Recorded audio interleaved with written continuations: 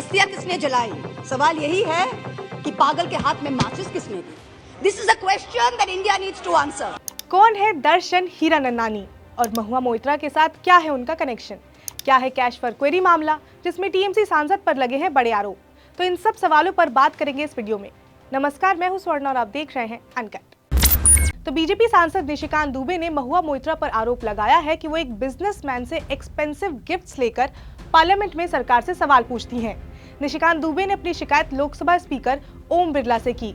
साथ ही साथ ये भी अपील किया कि टीएमसी सांसद को सस्पेंड किया जाए। तो अब सवाल यह आता है कि वो बिजनेसमैन है कौन?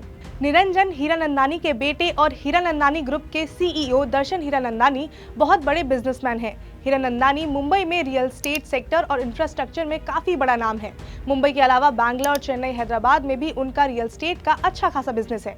इसके साथ ही साथ Darshan operator Yotta data services, oil and gas sector की company H energy, consumer services, Tej platforms, semiconductor और डेटा सेंटर के भी चेयरमैन हैं।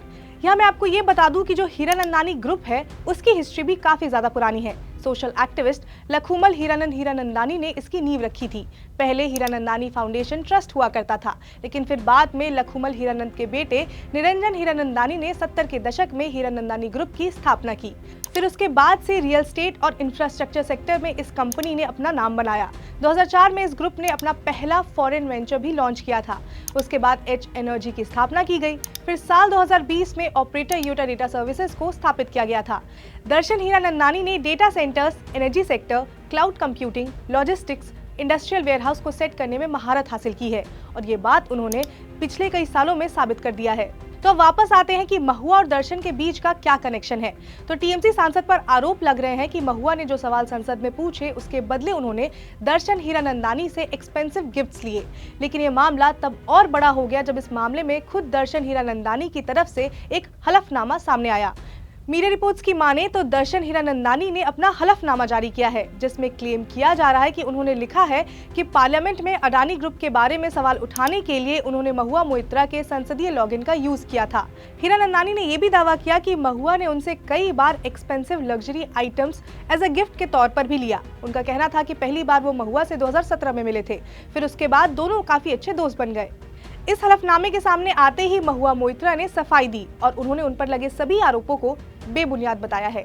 सोशल मीडिया एक्स के जरिए महुआ ने अपनी साइड रखी। उन्होंने दर्शन हीरानंदानी के इस हलफनामे के विश्वसनीयता पर सवाल उठाए और साथ ही साथ महुआ ने कहा कि हीरानंदानी को अभी तक किसी जांच एजेंसी ने अप्रोच नहीं किया है, तो उन्होंने ये लेटर किसे सौंपा। इसके साथ ही साथ महुआ ने इस हलफनामे को मजाक बताया है और कहा है कि इसका कंटेंट जो है वो मजाक भर है। टीएमसी सांसद ने सवाल उठाया है कि दर्शन हीरानंदानी ने अब तक कोई प्रेस कॉन्फ्रेंस क्यों नहीं की, इस बारे में लोगों को क्यों नहीं बताया है। तो निशिकांत दुबे की शिकायत के बाद संसद की एथिक्स कमेटी इस मामले की सुनवाई जो है वो 26 अक्टूबर को करेगी। इस पर सभी की नजर होगी। अब देखना ये होगा कि इस मामले में आगे क्या होता है। खैर, जो भी होगा हम आपको अपडेट देते रहेंगे। आप जुड़े रहिए अनकट के साथ। इसके साथ ही अगर आपको ये वीडियो पसंद आई हो तो लाइक करें, शेयर करें, सब्सक्राइब करें अनकट को।